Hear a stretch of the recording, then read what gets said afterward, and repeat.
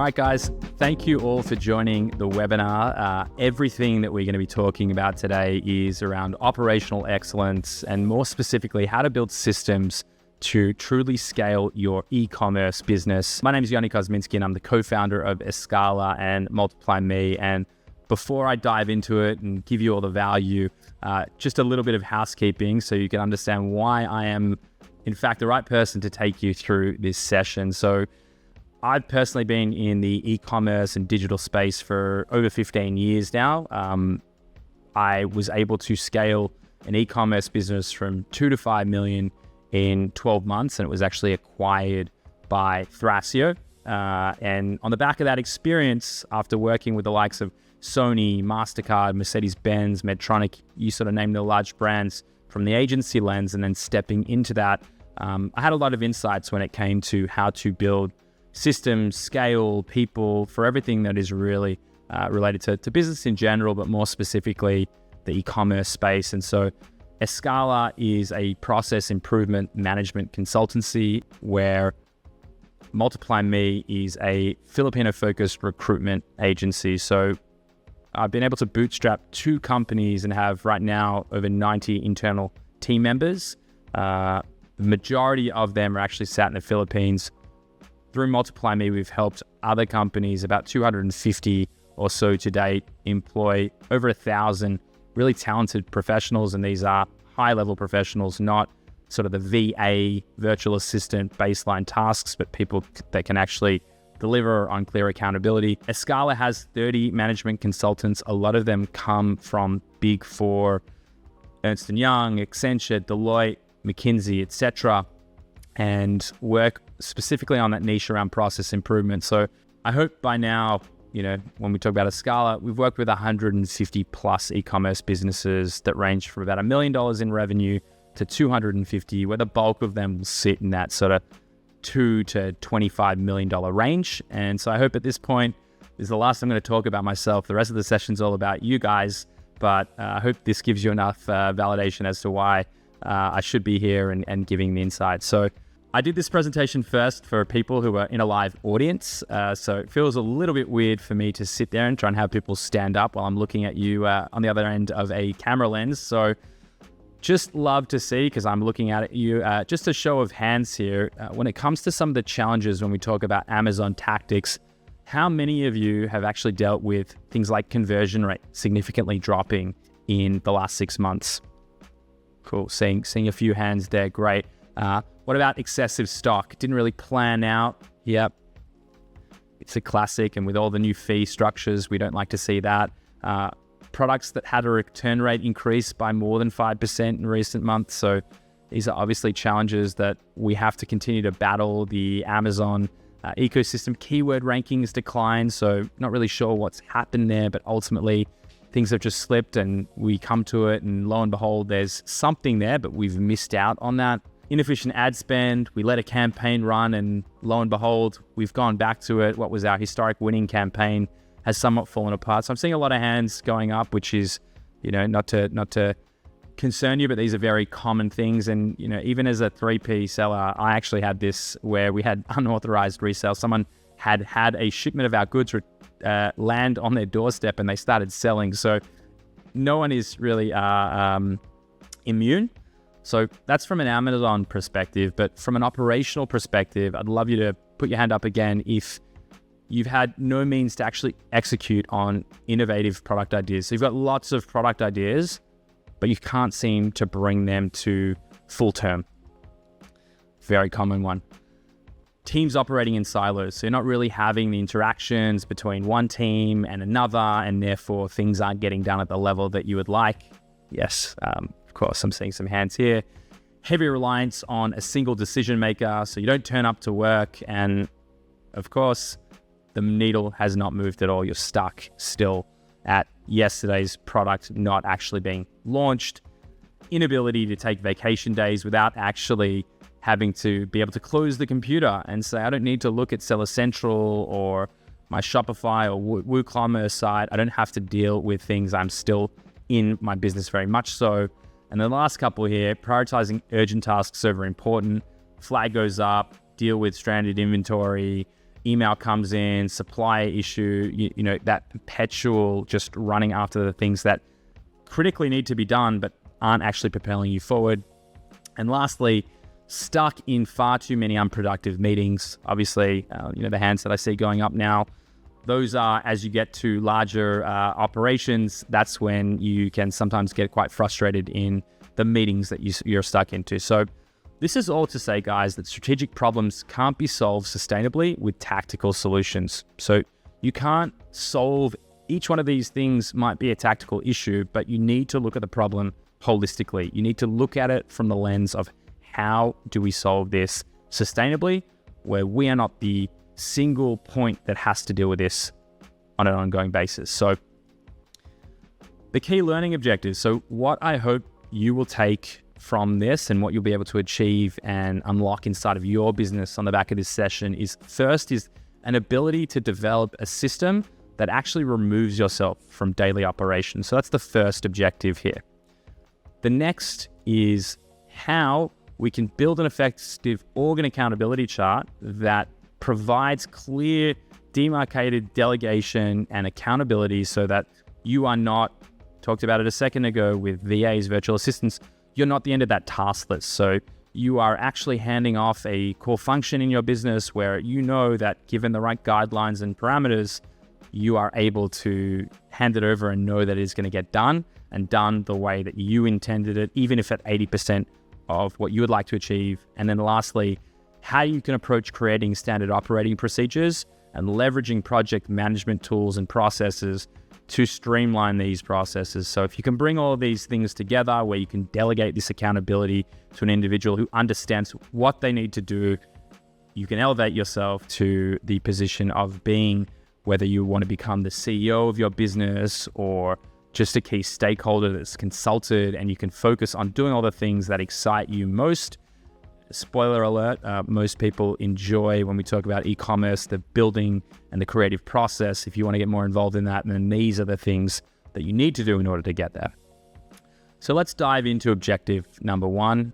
How I've wired this, guys, is I want to take you on a journey. This is probably one of the most commonplace experiences that e-commerce founders have. And so we've put together a case study to illustrate what actually happens through this journey. So I'd like to introduce you to Wendy.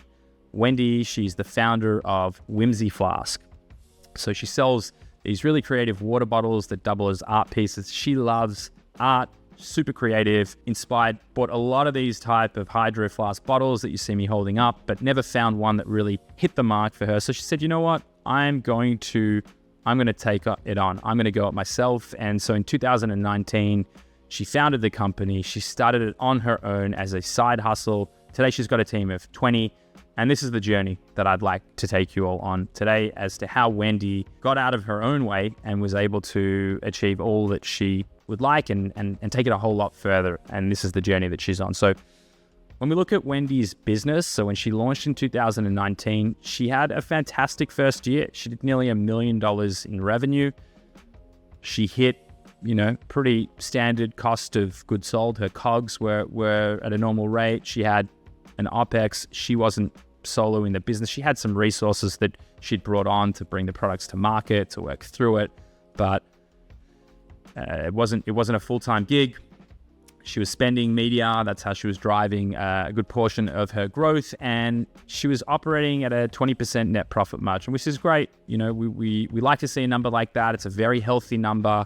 It's a smaller business, but, that was her side hustle. She was really excited about it. She's doing great things. 2020 rolls around and she more than doubles the business. So she's done nearly $2 million, which is fantastic growth year on year. Her COGS have gone up because obviously inventory and that just the sheer volume increase has gone up, along with other things that come with it, supply chain, logistics, and all the things that you need to factor in. That largely builds into her OPEX. She's spent a little bit more on media. There's been a little bit more, people coming after her keywords, and she's now operating at 10% margins, which isn't ideal, but it's not a disaster at this point. She's experienced that success. She's excited. She's the seven-figure seller that people love to talk about, but the reality is, profit is where it's at, and she needs to really think about that. So 21 rolls around, she's almost doubled up again, or she's more than doubled up. So she's doing fantastic from a growth perspective. It's super exciting. This is when she makes the move from side hustle to being full-time in the business. So COGS go up, she's selling more units, OPEX has gone up quite considerably. Now she's trying to support herself. Before she had it as a side hustle. She's bringing on more team members, and this is the nature of growth. Growth is expensive, as we all know here. Her ad spend has gone up. She hasn't had the same degree of focus that she was able to when she could get her hands around everything in that first year. So as a result, it's impacted her EBITDA. It's gone down another step, not where we want to sit it, but it's an exciting stage. If you're starting to hit this sort of $5 million revenue mark and you are growing and you're focused on the business, the world is your oyster. And I would say for anyone who's really strategic about how they're approaching it, this is a really exciting journey. Now, 22 comes around, hits 5.2 million. So she's had a little bit of growth, but nothing compared to the previous years, as you can see here. COGS have stayed largely the same, hasn't been a significant growth, and she's created some degrees of efficiencies with the volume that she's selling. OPEX, not a massive shift here as well. Ad spend, again, has gone up a little bit. It is definitely becoming more competitive for those who are sort of on this journey. What you used to be able to spend and yield in 2019 and 18 and 17 is not the same, so you have to be much more strategic in how you build that growth. But I would say the biggest concern for Wendy in her business at this point is now she's at a 7% net margin. And in order for that to make sense for her, she needs to do considerable volume. So we like to define this as becoming a victim of her own success. She just simply had far too much to do, wasn't able to create the focus and emulate the things that made her so successful at the start. And so she can do a few things. She can implode, which we don't want to see, or she can delegate, and she can automate, and she can build a systematic approach to getting herself out of the business and really driving to a pathway whereby she is the master of her own domain and she's getting there. And so the first lesson is that as a result, Wendy was not launching enough products. And a good friend of mine, Adam Runquest, or Adam Heist, as he goes by online, he had a great analogy last year. He said that when you launch products on Marketplace and specifically Amazon, it's like throwing ice cubes into the ocean, whereby you need to continue to fill it up because as soon as they hit the water, they start melting. And so if you're not launching enough products in a competitive landscape like Marketplace, you are going to be in a position where you might serve as a sort of a slow death. Unless you're in a really protected niche where it's very hard for people to enter and you have, patents and utility patents and a whole lot of things, which again, when you think about brand and what you're building, these are important considerations. But the lifeblood of Marketplace is really about launching new products. So when we look at Wendy's journey, when we talk about Whimsy Flask, so from research and development milestones, year one, just started the business, early concept. She launched 5 products, took about 3 months. She was getting her hands around everything. 2020 comes around, it slowed a little bit. She's now got 3 products to market. 3 new parent SKUs have come out, and it's okay. It's not exactly where she wanted it to be. Another year goes on. If you'll recall, this is where she's starting to hit some pretty considerable revenue margins. She's now working full-time in the business. She's trying to get her hands around everything, and it's just not the same as it was when it was quite a small business that she could handle everything. 22 comes around, and obviously we saw that was the lowest growth that she had, and the year that things started to become really constrained from an operations perspective. But when Wendy went through the process and really understood what needed to happen, she was actually able to, in just the next 12 months, go from 1 product in 22 to launching 12 and having some serious scale where she was able to drive this. So I see some nods. I see some interested faces. Obviously, how did she do this? How was she able to achieve this? Well, this is what Wendy's process map looks like. And I know a few people in the audience have worked with us, so they'll understand what this is. But at a really high level, what you're looking at is a level 3 process map. And how we in Escala build process is we look at the core functions of a business. What are the biggest moving drivers? Customer support, product development and validation. You've got things like product launch and the marketing of the product, and then obviously the supply chain and logistics would be sort of the 4 core functions. And then at this level, we start to look at what are the individual tasks that Wendy was performing in order to get a product to market. And so she would start off by first gathering her new product ideas. So she'd do her own personal research, she'd look at Excel, she'd check out Pinterest, she'd find cool ways to bring it all together. And it's part of the process that, even when I was a seller, it's so much fun to come up with a concept and be able to bring it to market. She'll then do keyword research, competitor analysis. She was using Helium 10 back in 2019 to perform this. She'd then go and estimate the product costs, the profitability. She'd have a whole host of different Google Sheets that she would throw out there and jump from one to the other. And, she wasn't the most organized. She's more on the creative side, but it was working. You can see that she was able to make it work. She'd then decide if it was a go or a no-go based on the keywords and the costs. And she would eventually come to sort of this manual decision of saying, I feel really good about this, and I think that I'm going to have enough wiggle room to make it make financial sense, and let's go. So it's either a no-go, so didn't make sense for a lot of them, but it's a go. And once it's a go, she moved to the product development stage. So when we look at Wendy's process here, there's a whole lot of red flags that exist. It was taking her 40 hours to get this live. And so when you're small and you don't have a whole lot of things that are constraints operationally, that's fine. She can spend the 40 hours on it. But when you're talking about a $5 million business and you have team members and you have all these other constraints, it really shifts the landscape. So the first issue that I see here is that, one, it was a manual process. So when she was estimating it, there was a lot of human error risk. She was going from Excel to Excel and, just sort of throwing it out there as, I'll at least speak for myself, very guilty of historically when I was going through these processes, because you're so excited to get it live. And so it became inefficient and you often miss things.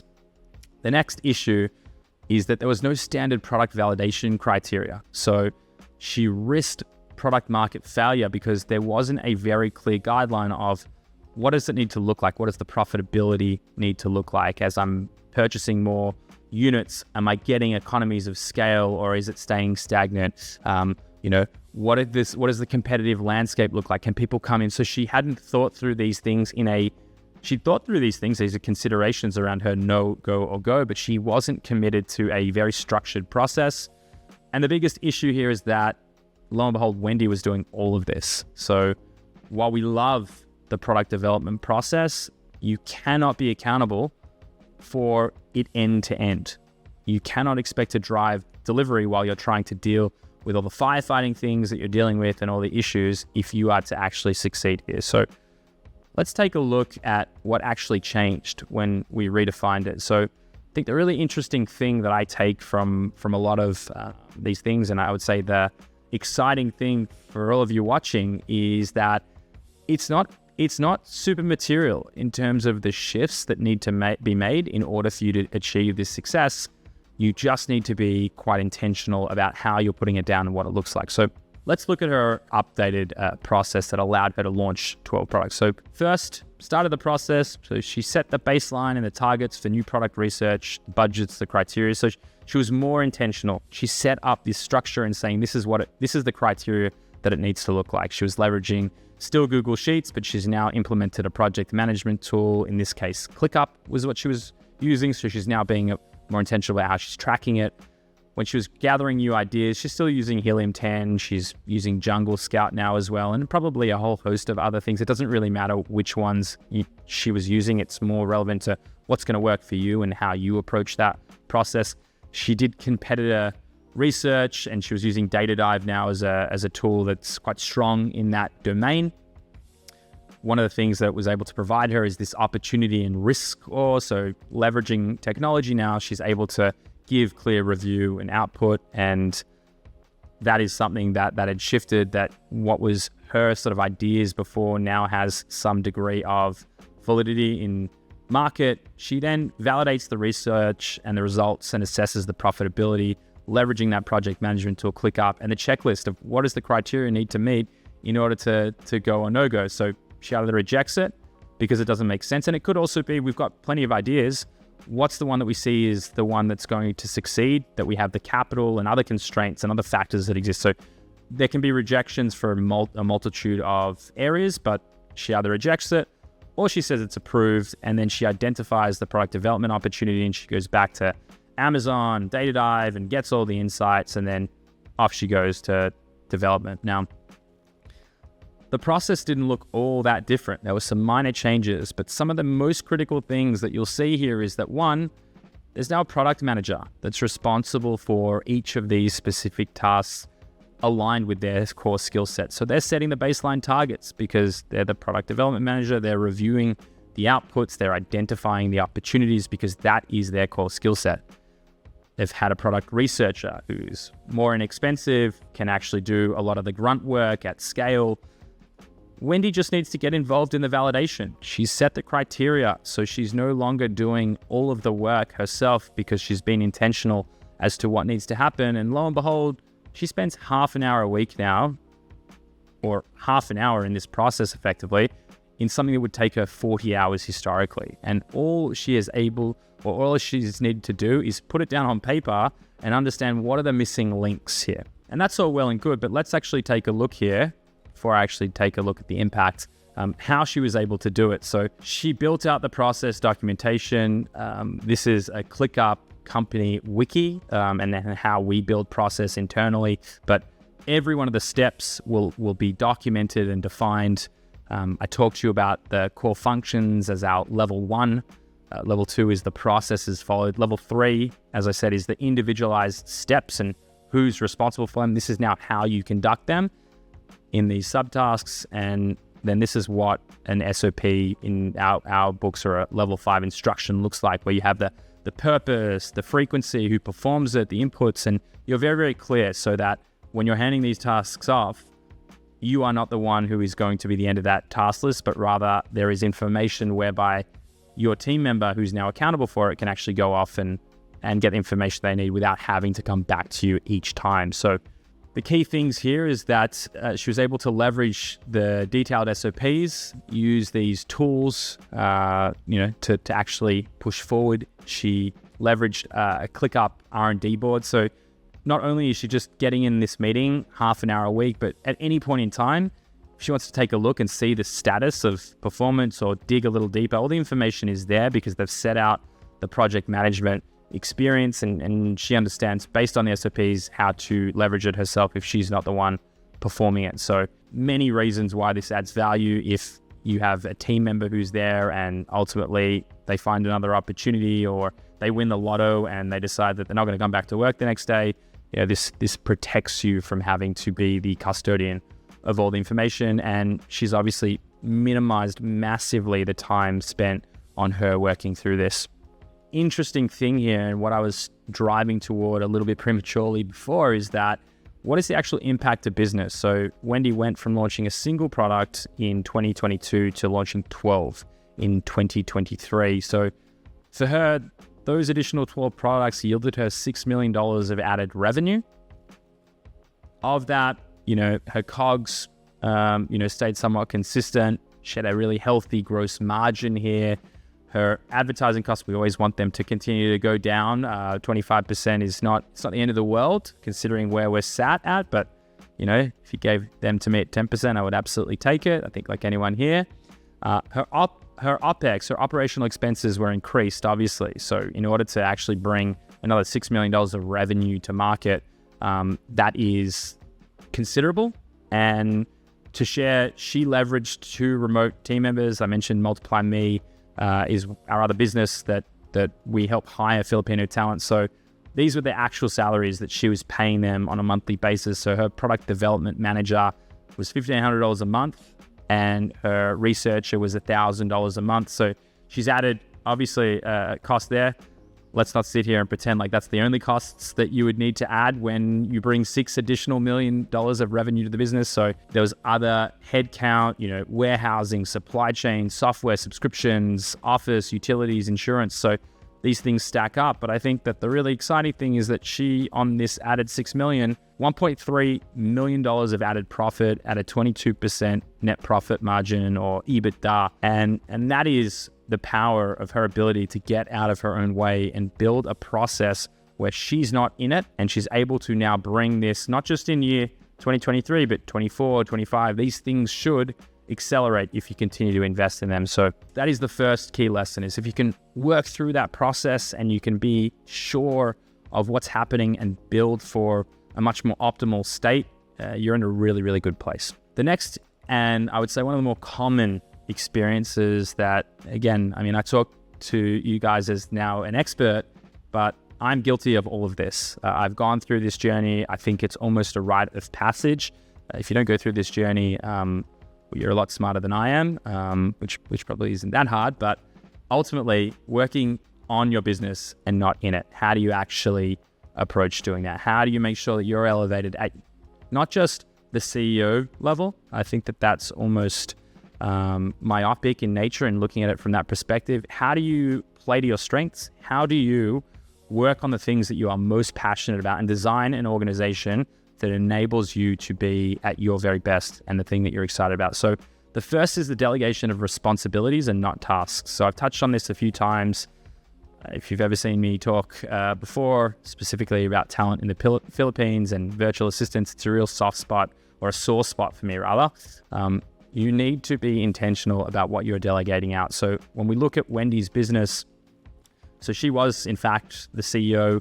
The things that she was accountable for is the direction and growth of the business, very passionate about company culture. That's really central to her being, and she loves creative problem solving. So everything spanning from new product development to other areas of the business, she liked to be quite a free agent through the business. And so we've built an accountability that the business requires. We always think business forwards when we're talking about accountability, not people forwards. I think that that's a really important thing and distinction. But if you think this through and you think about what the business needs, you can be somewhat flexible in what those accountabilities look like. And looking at her entire org, this stage when she's now in 2022, this is her sort of scaled up org. And what you'll see here is that each function has, or each accountability has 3 accountabilities that they are responsible for. These are the 3 things that they need to get their hands around. And this is where you know where to point the finger, whether it's success or failure. There is someone accountable for it, and you understand who is driving in what direction and what that looks like. And I would say if you don't have an accountability chart already, it's a relatively easy thing to put together, and it can have a seismic shift on that clarity, being really kind to your team and them knowing what is in their scope and what isn't. We have a free resource as well, which I'll throw on the bottom of this recording, where it teaches you how to build an accountability in an org chart, in a Miro board, and it's all free. So I hope that's helpful. Coming back to Wendy, so there's obviously stages of delegation here. It's not this very clear cut, okay, we went from 0 to $12 million in revenue and off we go. You need to navigate through these growing pains. This is an ever-evolving shift of accountabilities, and it never ends. This isn't something, when you talk about process, you can't just build out your SOPs and sort of wipe your hands clean and say, well, I did it in 2018, we're good. This is something that if you build them right once, you can continue to maintain them relatively easily. Obviously, going through it the first time is the biggest push, but in our practice, we teach people how to fish, and the goal is to teach people how to update these things themselves. So when you look at the first stage, from 0 to 1 million, in this case with Wendy, these were all of the things, or most of the things. I'm sure there's some that are missed, but all the things from writing copy for listings to creating the infographics and the A+ content to keyword, tax returns, cash flow, I mean, you name it. Everyone on this call and everyone probably watching this has gone through this journey and has likely touched on virtually all of these aspects of the business. And when you're at that size, you can get your hands around it, right? Things start to become a little bit more inefficient as you get larger, but this is to say that Amazon and marketplaces in general, they're an incredibly well-oiled infrastructure to help people scale to these heights and get to this point. But I think as you start to hit that next layer, when we're talking about 1 to 5 million even, the wheels can start to fall off at this point. It's a very different business at 5+ million than it is at 0 to 1. And so at 5 million, Wendy can't get her hands around all of this anymore. So she still has the same needs and requirements, and they continue to evolve. But you can see here, it's now rolled up into an effective keyword and competitor research process. There's now someone who is accountable for that delivery. The same goes for supply chain negotiations and relationships. So someone is accountable for that. IP protection and compliance. She has a team member who now is about cost-effective shipping and logistics. This is everything around growth, marketplace management, and the lifeblood of the growth function of her business. And then lastly, making sure the true lifeblood is cash in the business. We all know with e-commerce, to grow them, it's an expensive game. So you really need to be on top of these things. So Wendy's at a point now where she can have 6 relationships where each one of these are either delivering themselves or they are working from a standpoint of having potentially fractional or supporting team members that are able to deliver on each of these aspects. And they're reporting up and giving her the insights. They have the clear accountability, but they're going through that process. From 5 to 10 million, again, you have the same, 3 individuals that are responsible for those accountabilities, but it's becoming a lot more complex. So there's now someone sitting around the profitability, viability of that product. The same goes for supply chain logistics and integration of tools. As these systems get more complicated, there's now someone who's handling the scale and operational systems around that business, usually a senior ops manager potentially in this case. Go-to-market strategies, so building on potentially more than marketplace now, starting to hit these numbers. So who's actually responsible for that go-to-market and management and the PPC campaigns and the real growth function, customer retention strategies, new marketplaces and demographics. So now they're looking that they're starting to conquer one marketplace or one vertical or one channel. How do we continue to grow the pie without having to just grow more product after more product after more product? And lastly, diversification of those product opportunities as well. So are there other areas that make sense for us to go into? Can we continue to expand our portfolio and grow up to be the big bad brand that we want to become? And when we start to hit that $10 million mark, the reality is it starts to become a pretty interesting and quite a lucrative experience when we talk about liquidity events.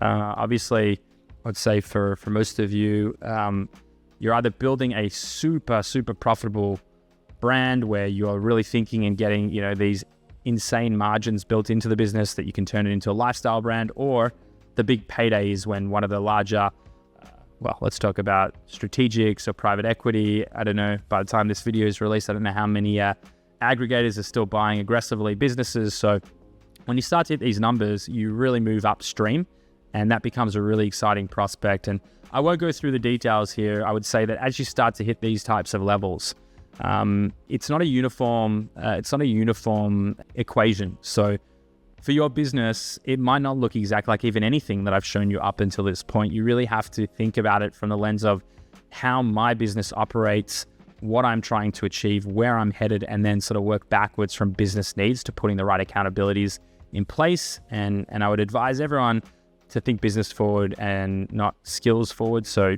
just because you have someone that you love, I'm guilty of it even today with team members that I have, you really need to put the business first and either find the right seat for the right person and continue to have them in, or really just say, does this make sense to my business? Because ultimately, if you're not building a profitable business, you can't employ anyone. And for me, a big passion is to create jobs. And so I need to hold myself accountable often in just making sure that what we're doing is going to create more jobs, not destroy the business because I want to save everyone.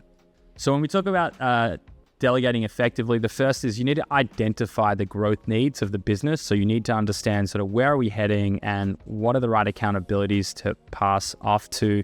If you're really small, that could be, and you don't have a team yet, that might look like just defining how you're operating. If you're a solo side hustling entrepreneur and you want to figure it out, understanding where you're investing your time and starting to delegate the things that are maybe a little bit more repetitive and in the same skill set. So things like keyword research and PPC management that have sort of a similar I think it's a left brain, if I'm not mistaken, or a right brain, I get confused, but one of the sides of the brain that's focused more on the numbers. And on the other hand, understanding the areas for delegation. So you can also take the other path whereby you bring in experts that have skills that you don't have. So, I would say that that's definitely my preferred method in a lot of cases. People like to hold things very close to the chest and learn how to do things. But as you get to a much larger size, you also need to appreciate that you're not going to be the best at everything. So working on those things that you are best at is really going to perpetuate the business forward. So for example, for me, I've brought in an incredibly talented additional business partner who numbers direct, like he's really, really powerful. And even with my co-founder, he's the operational genius. And, I come in here and just open my mouth and hope that I can take all the intelligence that he has and distill it down to a place where people can understand it at a much more digestible level, and then using the right delegation methods. So I just gave you a couple of examples. Both of them can be true. You need to understand what's going to work best for you. The last area that I want to cover with you all today is how to work on the things that are important, that are actually going to drive the business forward, as opposed to working on the things that are urgent, that pop up. So to take another look at it, urgent tasks are these short-term focused, responding to these emails, dealing with historical issues, things like customer support as an example, where you get sort of drawn back into it and an irate customer has just absolutely flown off the handle and you are trying to remove that negative review. Critical, harms the business, but is it something that is actually going to get you to where you want to go? And then from important tasks, that's the long-term perspective. So where am I going to drive toward?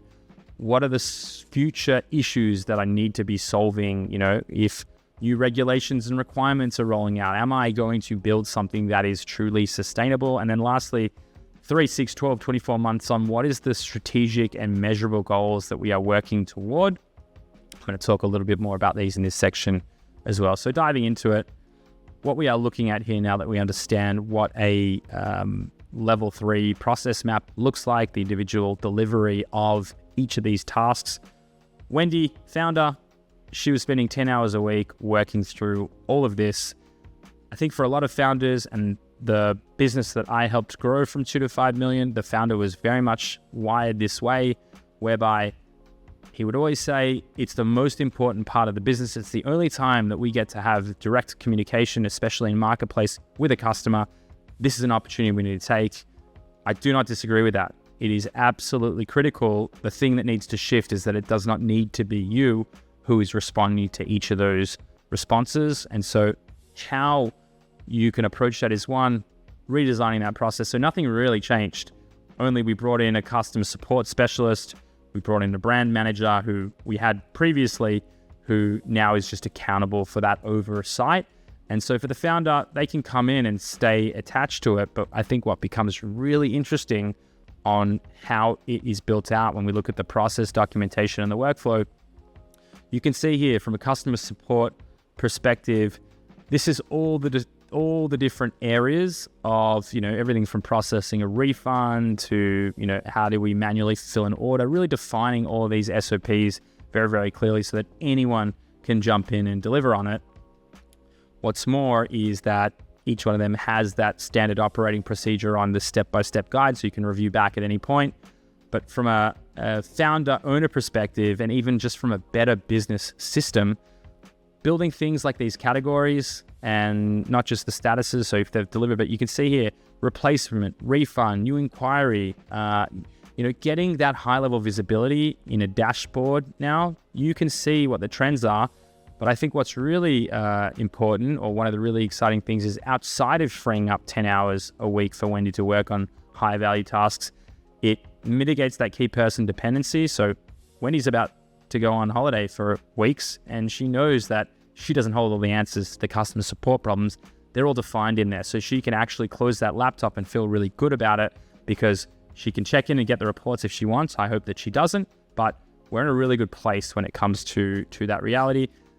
The last part, and I think one of the areas that a lot of people miss on, is that when you structure it out like this, you can actually embed the customer voice into the product improvement and development decisions. So you can now build these really powerful feedback loops where you can build an automation in your project management tool whereby product development now sees these are the issues, these are the requests, these are the things we'd like to see. And you don't have to sort of go through this manual, arduous, how do we go through the product improvement, look at keywords, compare, like you can build a system that's now working for you to empower other areas in the business. So what it's also done for Wendy is she's now been able to be super strategic when we talk about this long-term area. So she's built her North Star metric. These are the two things that she holds dear that are really important to success for the vision of her business. So one, she wants to hit $30 million in annual revenue, and she wants to do that in the next 5 years.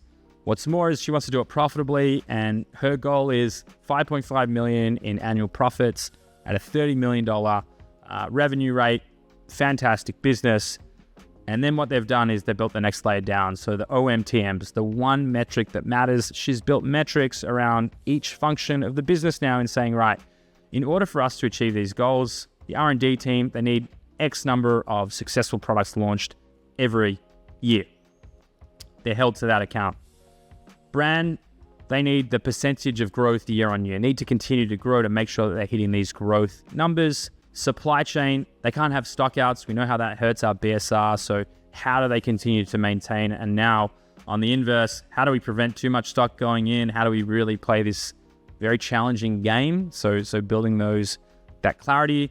And then finance, of course, what's the liquidity ratio, budget versus actual, holding that accountable and making sure that the finance and profitability is aligned with growth, and that we're not sort of just saying, well, let's grow at all costs, which has historically been a big part of, I would say, every business until the last sort of 18 months where we've seen a lot of things shift in the market. So she's worked on this. She has her guide of what 5 years looks like, and it is just so simply placed on a piece of paper like this. Obviously hers is a little bit more detailed than this, but just to give you guys at a high level, this is what she's now working toward, and everything that is not in that direction is not right for her business. So tying it all together, so how did she transition chaos into order?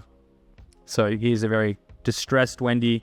She was able to define the processes that were in her head and the other team members' heads and delegate it to the right people and leverage technology to systemize her business. Whimsy Flask is now a systemized business. She's super stoked over here on the right. Much happier Wendy, very happy for her. From a process perspective, she redesigned the processes, she removed bottlenecks, she built a better future state. She was able to take the guesswork out of everything with a company wiki. It's all documented, it's all connected to the people and the technology component. From a people perspective, everyone's got clear KPIs, they understand what their business objectives are, what success and failure looks like for them. She's the right people in the right seats. She's built that accountability chart and the org chart as she's gotten larger to see who's reporting in to who.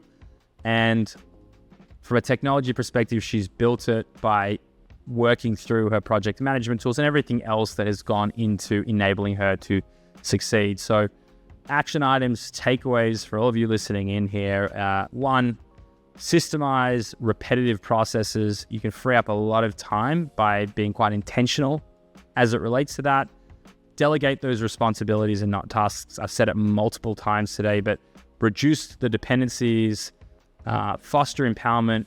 You know, when you're building accountability charts and you're building these types of delivery mechanics, you are actually giving people the gift of empowerment, of not micromanaging them, but enabling them to achieve their full potential. And so while it might feel somewhat counterintuitive documenting every step, and we get pushback on that from team members, you're actually letting them do a lot more of the things that they're passionate about and they love and they know where they're driving toward. And then lastly, establish those operational control measures. So how do you continue to get the feedback loops that you need? You know, I literally got off a meeting just before where I wasn't getting the level of granularity that I wanted from our marketing team because I was getting the high level delivery from a project management perspective. So make sure that you're building the right operational measures that you can get into the weeds if you need to and do it effectively so that you don't need to totally about face the ship or realize things too late.